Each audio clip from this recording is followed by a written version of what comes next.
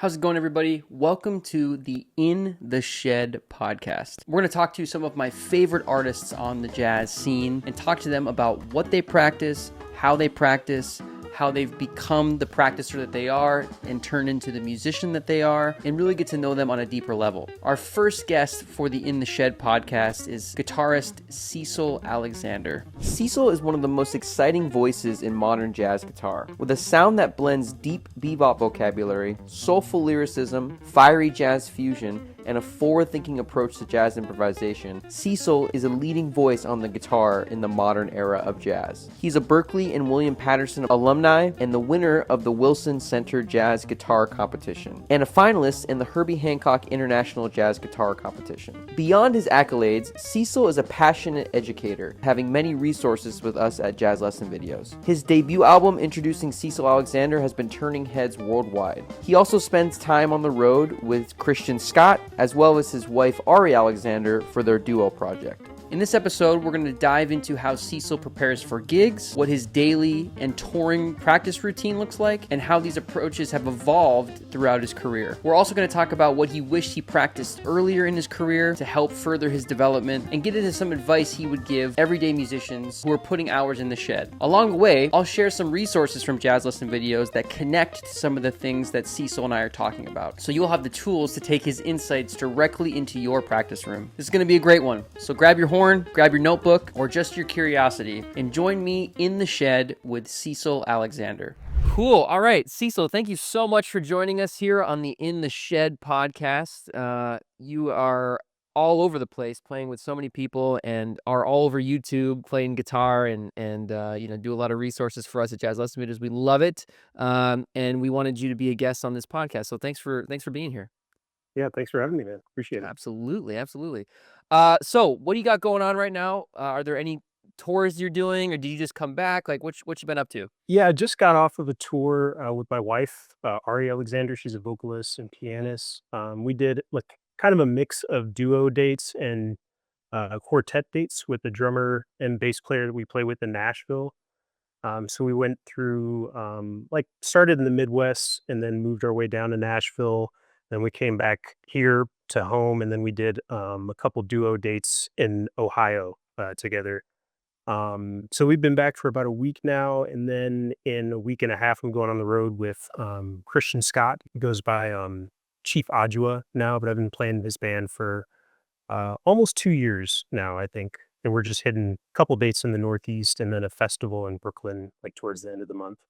That's awesome. And you play more like fusion stuff with him, right? Kind of electric vibe. Yeah, very, very electric, very loud, and very rocky. Yeah. I was gonna say, like, and then with your wife, you guys are more like straight ahead kind of jazz Mhm. stuff. That's Yeah, cool. yeah, mostly straight ahead.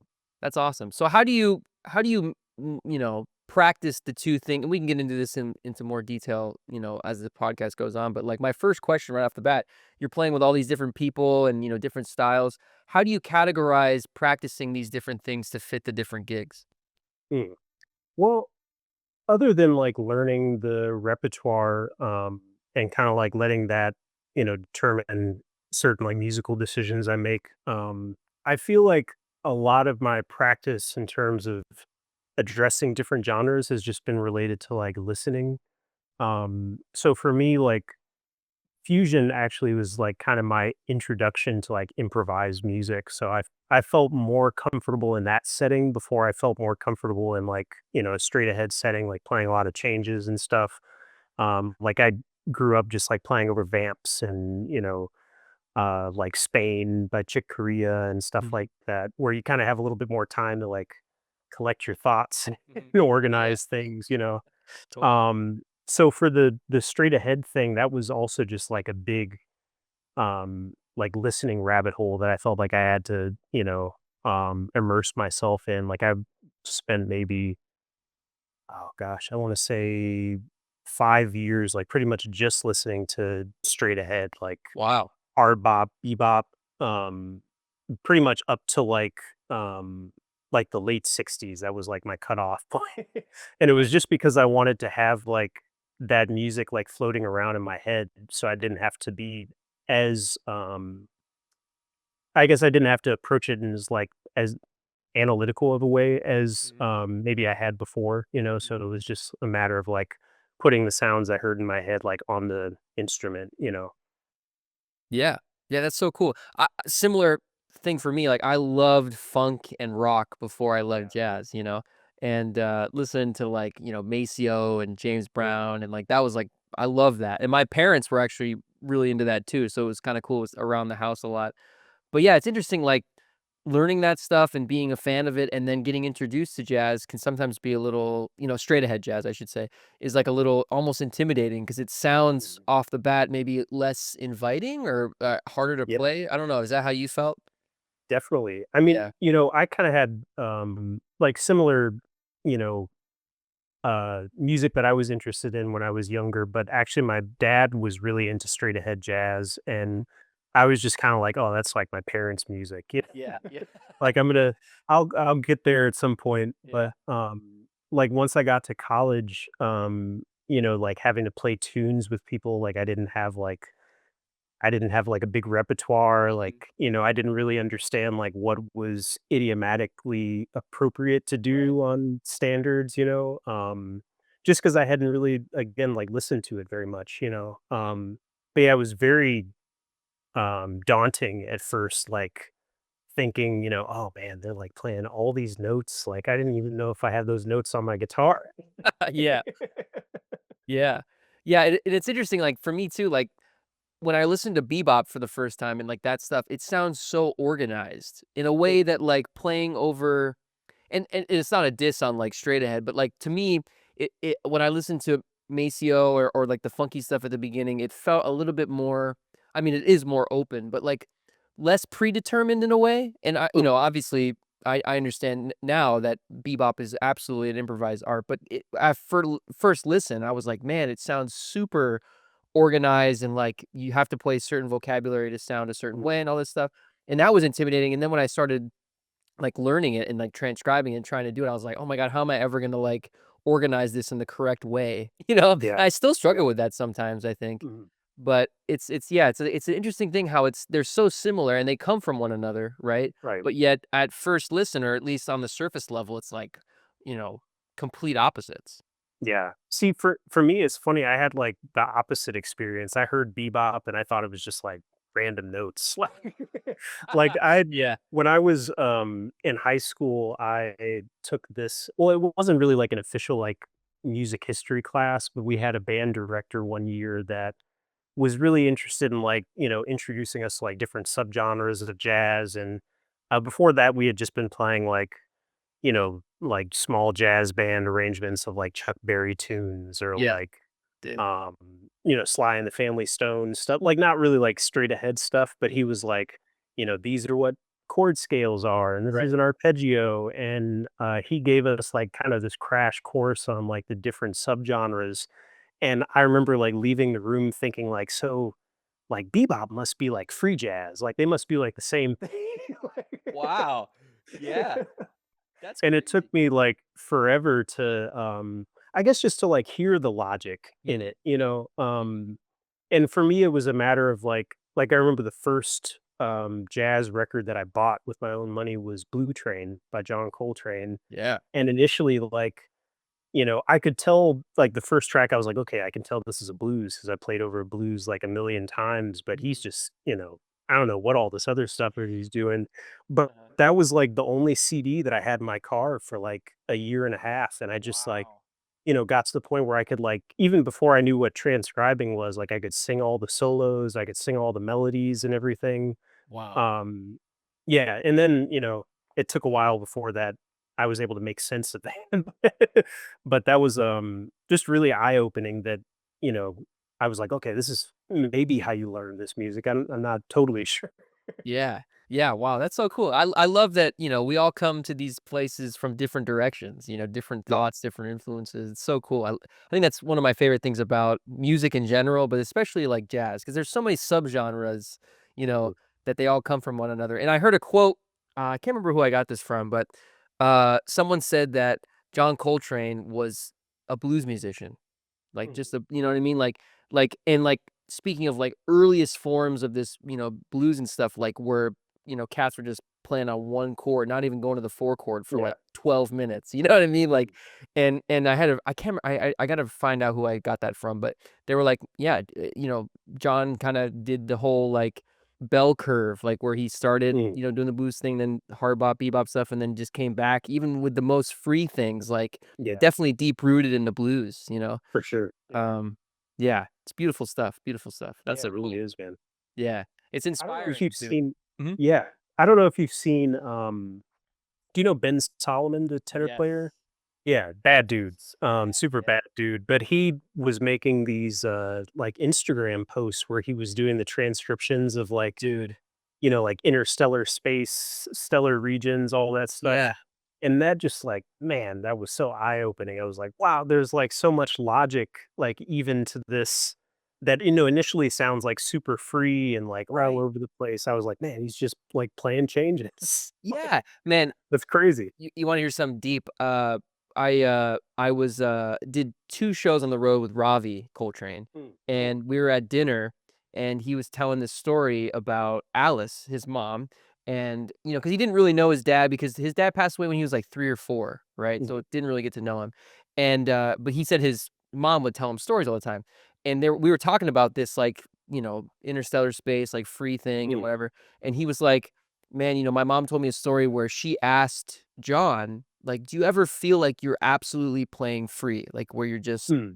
and John said, "No, he always had something in mind, like, some Wow. kind of thing." And I think after listening to the Ben stuff and, like, taking some class at NEC, I think he's thinking about giant steps, like, all the time, you Yeah, know? exactly. Like the It's just cycles. so, like yeah, totally. It's crazy how, like, free that can sound because you know, like, you mentioned, like, bebop sounding organized, like, I remember the first time I heard giant steps, okay, I was like, "This is organized." Yes. Like, Yes. 'cause I saw, there was this video that, like, went viral maybe, I don't know, like 2007 or something like that. It was a giant steps, and it was like the sheet music was, like, unfolding as the recording was going by, Mhm, mhm. and I was just like, "Okay, this makes sense." Ye Like, he's playing the changes. Yeah. Yeah, yeah, and all those sequential, like, you know, patterns, and I think it's, like, super interesting because, like, also with interstellar space, like if you take Rashid out of it and just listen to him, it almost sounds like he's playing in time. You know what I Right, mean? Like, you know, not 100% all the time, like maybe not rhythmically 4/4 at all times, but like he's got some kind of metering in his head going on, you know? right. And yeah, I remember when when I studied with Billy Hart at NEC, like he would talk about this all the time because he's like obsessed with that era of train. And Mhm. he put on Mars one time in our lessons, and he started clapping along to Train in Wow. 4, and I was like my head exploded. I was like, "This is crazy," you know? How did you think about this, you know? And obviously he's, you know, Billy Hart, so it makes sense, Yeah, but, it's like genius, yeah. yeah, absolutely. But, you know, all that stuff, it's just so cool how it all connects, you know, in Right. some kind of way, which is super, super awesome. What is, like, your daily regimen or, like, when you have time to practice, what are the things that you categorize as super important? Mhm. I work on repertoire a lot, Mm, but not so much like learning a lot of tunes, but mostly just like kind of treating tunes as like projects for, yeah. you know, whatever concepts I want to get into my playing. Because, you know, that was an issue for me when I first felt like I was starting to understand like the way improvised music works. I was like analyzing and absorbing all these things like kind of in a vacuum, you know, like Mm, outside of the context of like playing changes basically. So it was like the way it was presented to me in school was, you know, this is a 2-5-1, but you know, there wasn't so much like here's a 2-5-1 in Have You Met Miss Jones? Here's a right. 2-5-1, you know, or like this is the altered scale. It was like, okay, how do you use the altered scale? You Mhm, know? mhm, mhm. So that for me was a big like, just kind of a big light bulb moment of like, okay, I'm working on this song, but I can like throw all these things in it to, you know, make that more a part of my vocabulary.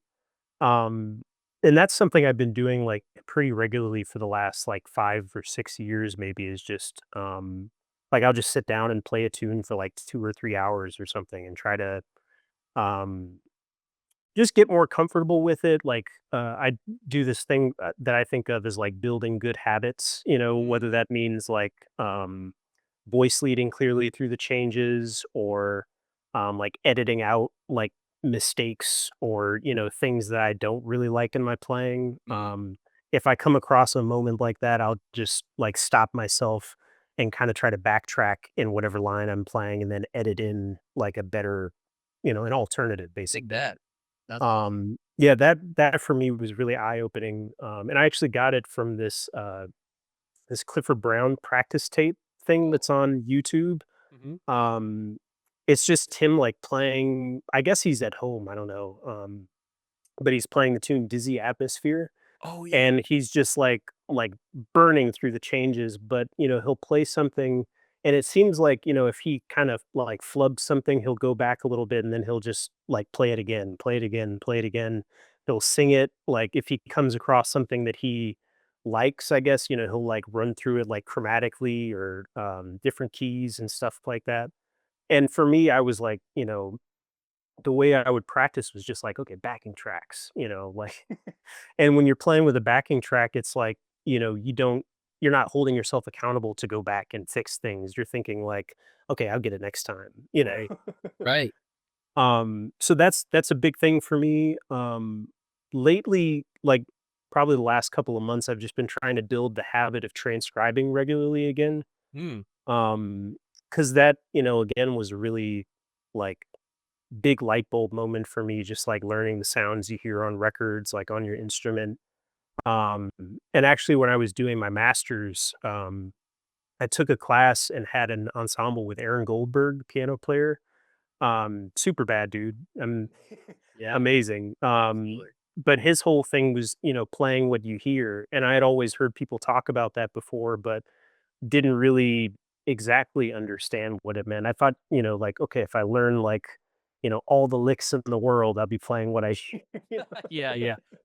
But he was really into this thing of, singing solos, singing phrases. And that for me was like, my playing I felt like was night and day, like just in terms of like really being connected to the stuff that I was playing. Mhm. So he would say like, take a solo, listen to it like, 500 times, try singing along with it, then try singing without the recording, and then learn the notes from your singing. And I was just like, mind blown, dude. That's crazy. Yeah.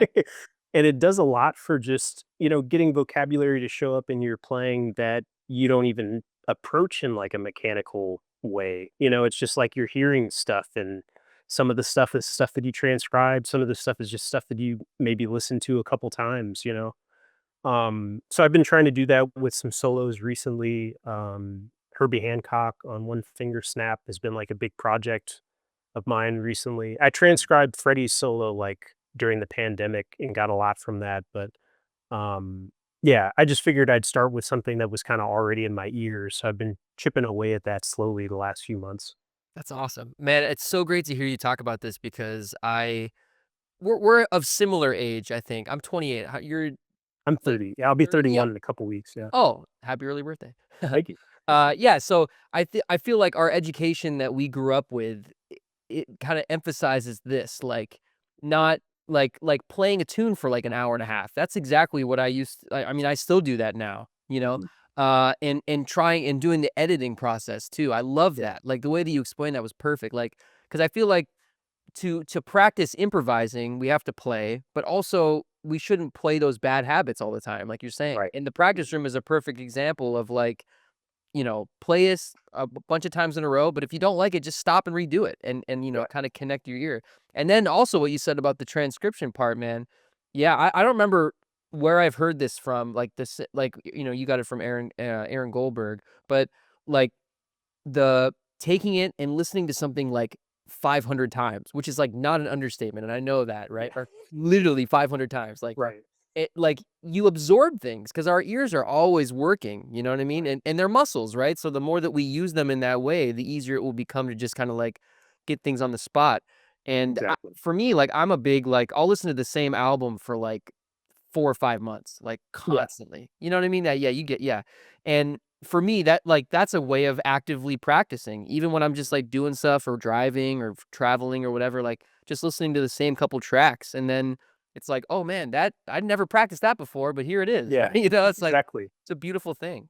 Yeah. There's a really hip, do you know the pianist, Bill Carruthers? Yes, yes. Yeah, it's again, super bad. I'm gonna say that about everybody, like, everybody's a bad dude, but, Yeah. um, I think he's, like, based in the Upper Peninsula of Michigan or something like that, Mm. and he has this, like, super quirky, like, HTML, like, 90s looking website, but there's there's an interview that, a student or not an interview, a lesson that a student transcribed, that they took with him, and he's talking about this. He's just talking about, when he was growing up, he would, like, barely touch the piano. Wow. Like, he'd be in his basement, like, putting together, like, a toy train set or, like, playing with toys or something Mhm. like that, and he'd just have the same, like, Clifford Brown record playing, like, for 12 hours a day, and his parents would be, like, banging on the door like, "What are you doing?" Wow. But he said, you get to the point where you can hear it without the recording, and that lets you know that you've, like, absorbed it, when you just have all this stuff floating around in your head. Man, yeah, it's so cool. My wife, she works in speech pathology with like kids mostly, and she was saying that like she has a patient where this kid like has in his brain, I think he has autism, and his brain like can remember a date. Like you could say, what was the 12th day of February in 1979? Like what day of the week was that? And he'd be like Wednesday. You know what I mean? Like so and she was saying that, like, when children absorb information at a super young age and their brain is developing, sometimes they just, like, process information better, Mhm. you know what I mean? And I think, Right. like, child prodigies, like, who's that kid? Justin Schultz or, like, Yeah. all those kids, I bet you they were, like their parents had them listening to, like, Keith Jarrett recordings and stuff at, like, just over and over and over again in their nursery, and then when he came to the piano, it's just like, "Oh, I already hear all this stuff," you know? Yeah, exactly. Crazy. So cool. Yeah, man, that's killing. Okay, cool. So yeah, that's really great to get some insight on your practicing. Does your practicing change when you're like on the road actively? Like, are you like in the hotel room shedding guy, or how does that work? It depends, really just on, like, how long of a day I've had, to be honest. Maybe I won't be happy with, like, some element of my playing, so I'll just, like, hit the Mhm, shed for, like, a couple hours after the show. mhm, Um, on days off, definitely practicing quite a bit. Sometimes stuff related to the gig, sometimes not. But yeah, I don't find as much time to practice on the road as I'd like to. I'd like to be one of those guys that's just, like, always, like, shut in with the axe.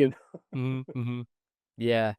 Yeah, I can't organize it that well sometimes. Like when I Mm, sometimes when I'm on the gig and I play the gig, I just want to like mentally like break. You know what I mean? Just like yeah. and even the next day, sometimes like not just being, away from my instrument sometimes, but then also getting like an hour to like shed before the gig can be like a Mhm. huge difference maker, on how you feel. Yeah, So, yeah, definitely.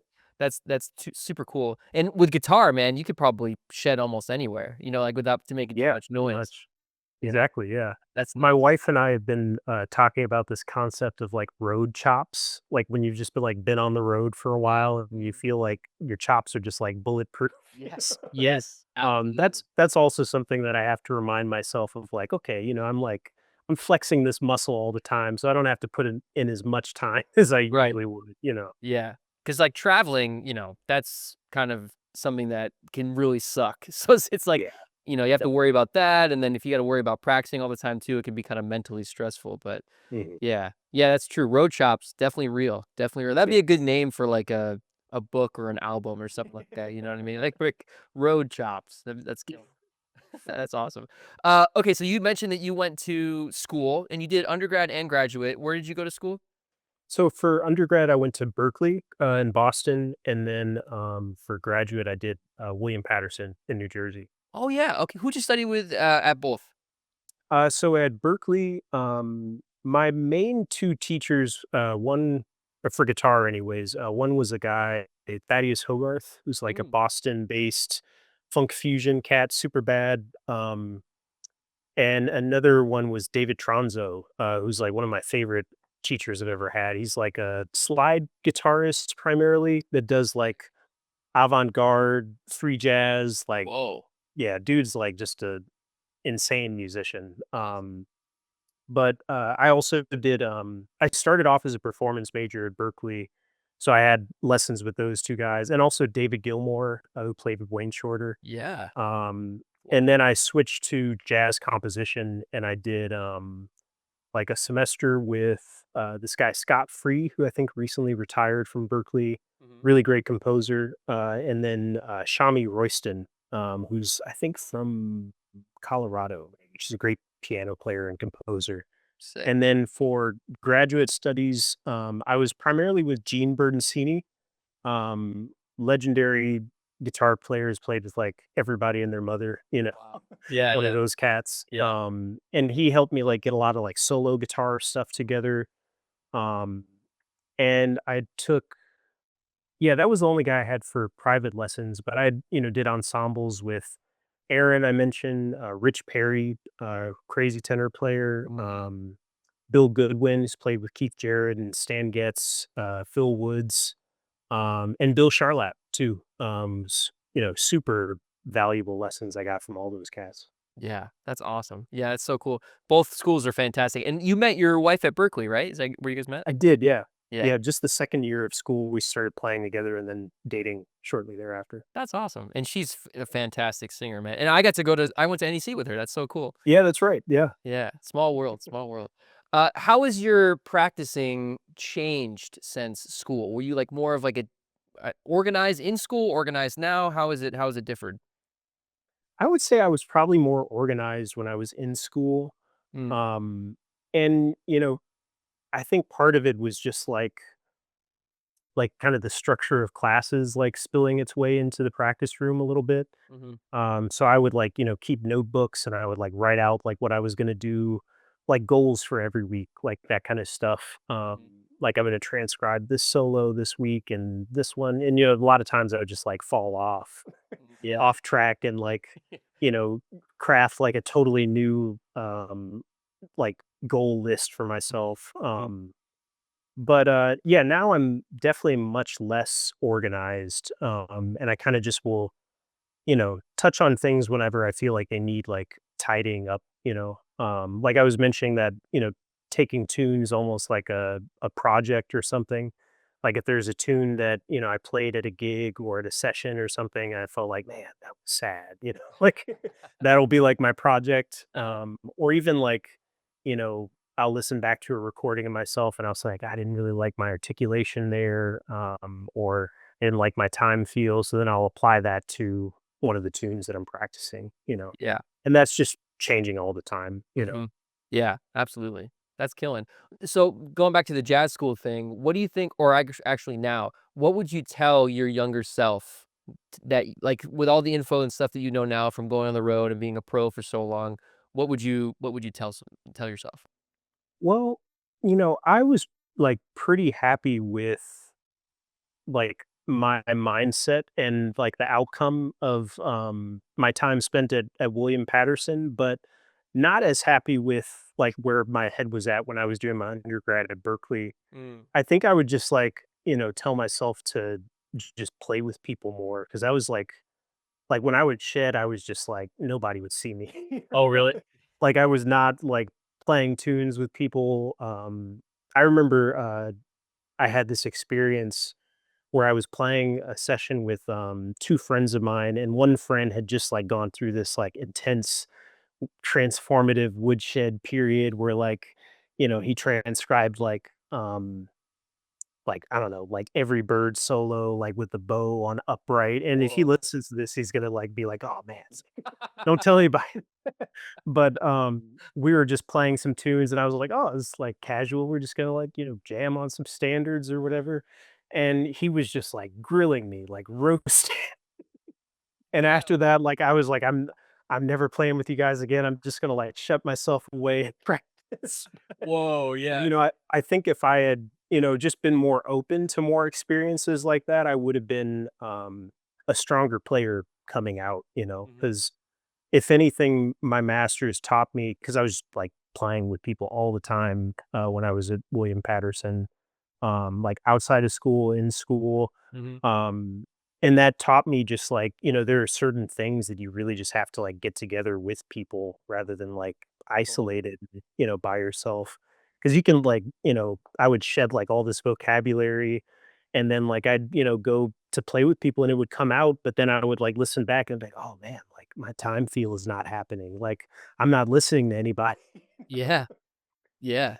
Yeah, it's a crazy, like, and I man, like, I know, so many people that are listening to this are gonna relate to this too, like, I know I do, like, you think you sound good in the room and, then you go out and it's just like, I don't really know that thing or my time is off, and, like, yeah, it's wild, and I think, all of the, older musicians that have, shaped, your career, my career, like, all the people that came and did the thing before us, like, they I feel like were playing more than practicing at some points in their career, Yeah.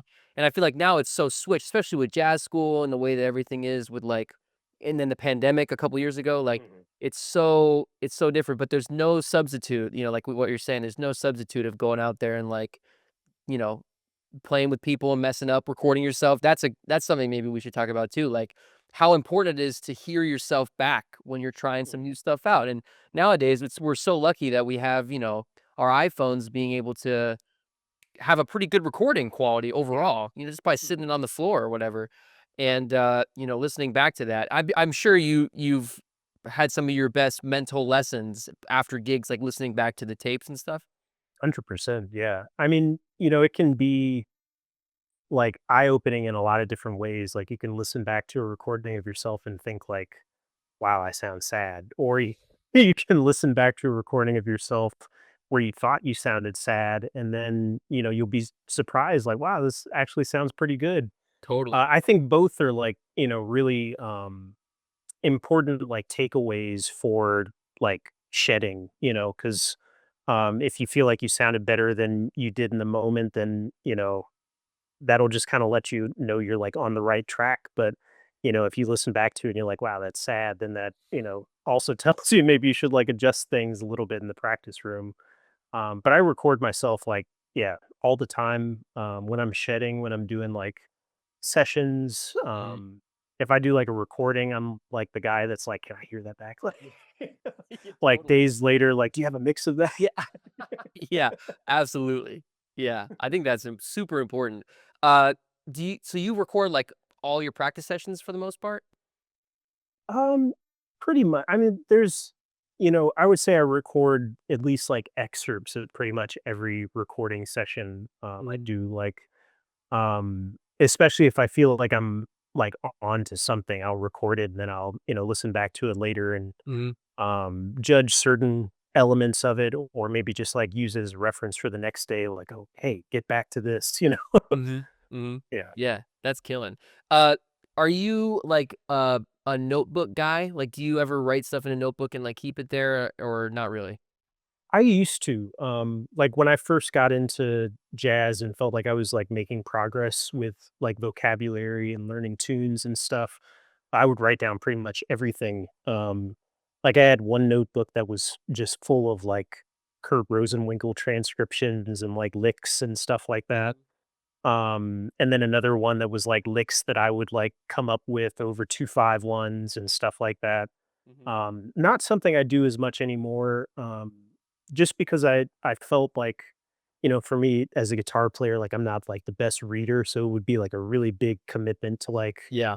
write down, like 12 licks or something like that. Yeah, yeah, I yeah. felt like it was good for my reading, but I was just like, man, I just want to play, so ultimately, I kinda took that part out, and I also just felt like I wasn't really committing things to memory as strongly because I was like, "Oh, I have this reference that I can always go back to," you know?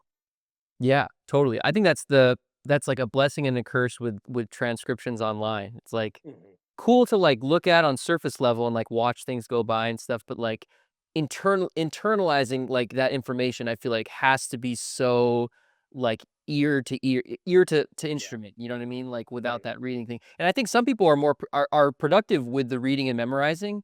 But I'm with you, man. Like if I read it, there I have to read it like 400 more times than if I just transcribed it to internalize. Yeah, exactly. Yeah, it just slows the process down. Do you Right, ever exactly. do do you ever do the one-to-one ratio? Like, do you ever, like, listen to, like, one of your favorite guitar players and then, like, listen to yourself and be like, "Oh, I'm missing this or missing that?" I I haven't done so much of that. One thing I have done a lot of is like if I feel in the least bit like unmotivated to like get in the practice room, Hmm. I'll like listen to a recording of a guitar player that I really love, and then I'll try like playing on the same tune as them, and like not even really like copying their licks, but just like trying to cop the sound, the time feel, the Yeah. articulation, those Hmm. kinds of things. And usually that'll like set me on the right track to like a productive practice session. Yeah, absolutely. Yeah, I love that. I think that's the best way to stay motivated is listen to like the people that we love, and be Yeah. like, I know I do that all the time. I listen to some Brecker or Train or whatever, and I'm just like, I have so much work to do. Yeah. It's like, oh my God, it's like, geez. But it's motivational, I think, more than like Totally. discouraging. Right. But yeah, Definitely. killing. Okay, so last question for the podcast, and we ask this of all of our guests. What is your advice for the average musician that's just trying to get better at this music? Hmm. Um, I would say just like keep learning the music that you love, like just keep taking stuff from that. I think a lot of times with, at least in my journey through jazz education and stuff, I would have a lot of people like sort of prescribe things to me that were maybe they were on the right track. Like, okay, this is gonna get this element of your playing together. But, then I would try to like put myself into this recording that I'd never heard before. And like, Mhm. it's not as motivating as when you look to the things that you've already spent time with and the things like the sounds that you love already. Like actually, the thing I was talking about with, Aaron Goldberg and, like, the singing of solos, I remember immediately, like, jumping into, like, Late Train stuff and, like, Joe Lovano. I was like, "I'm gonna be able to hear everything," and it was just so discouraging because like, Yeah, it was a lot of stuff that I hadn't really spent that much time with, so I went right. back to, like, Hendrix, like, Stevie Ray Vaughan, like, Yeah. stuff that, I just, like, could hear that in my head. You could wake me up at, like, 4 o'clock in the morning and be like, "Sing the solo to Hey Joe by Jimi Hendrix," and Yeah. I would just, like, sing it in the right key and everything because I know it. Mhm. And that's been kind of the moral of the story with, like, every aspect of what I wanna get together in my playing is like, if I wanna get my time feel together, I find somebody whose time feel I really like, Mm. and then I just, like, devour their recordings, you know? Totally. Yeah, or, like, even, I remember trying to get, like, some kind of outside harmonic stuff together in my playing a couple Mhm. years back, and I was, like, you know, being a little bit too, like, analytical about it, a little bit too theoretical, and then, like, I just put on one day, McCoy Tyner, Time for Tyner, that record. I was like, "Okay, this is how you play outside." Like, this is all I need, Yeah. So, yeah, I just think, like, learn to love recording, spend more time with the stuff that you love, and just, like, let that teach you the lessons. Yeah. That's beautiful. I love that. I think that's the best way to end this is just listen to the things you love, man. That's it. That's Yeah. awesome. All right, Cecil, man, thank you so much for joining us. And also, people I think already know this, but check out all the stuff that you have with jazz lesson videos. Your books are incredible. Mhm. I shed them. I'll be honest, I shed them sometimes because I'm like, man, I hear the videos and I'm like, whoa, I gotta check this out. So yeah, we'll 100%. we'll have all your stuff linked in the description, and yeah, have a safe time on tour with Christian Scott, and man, looking forward to hear more music from you. Thank you, man. Thanks for having Yeah, me. absolutely.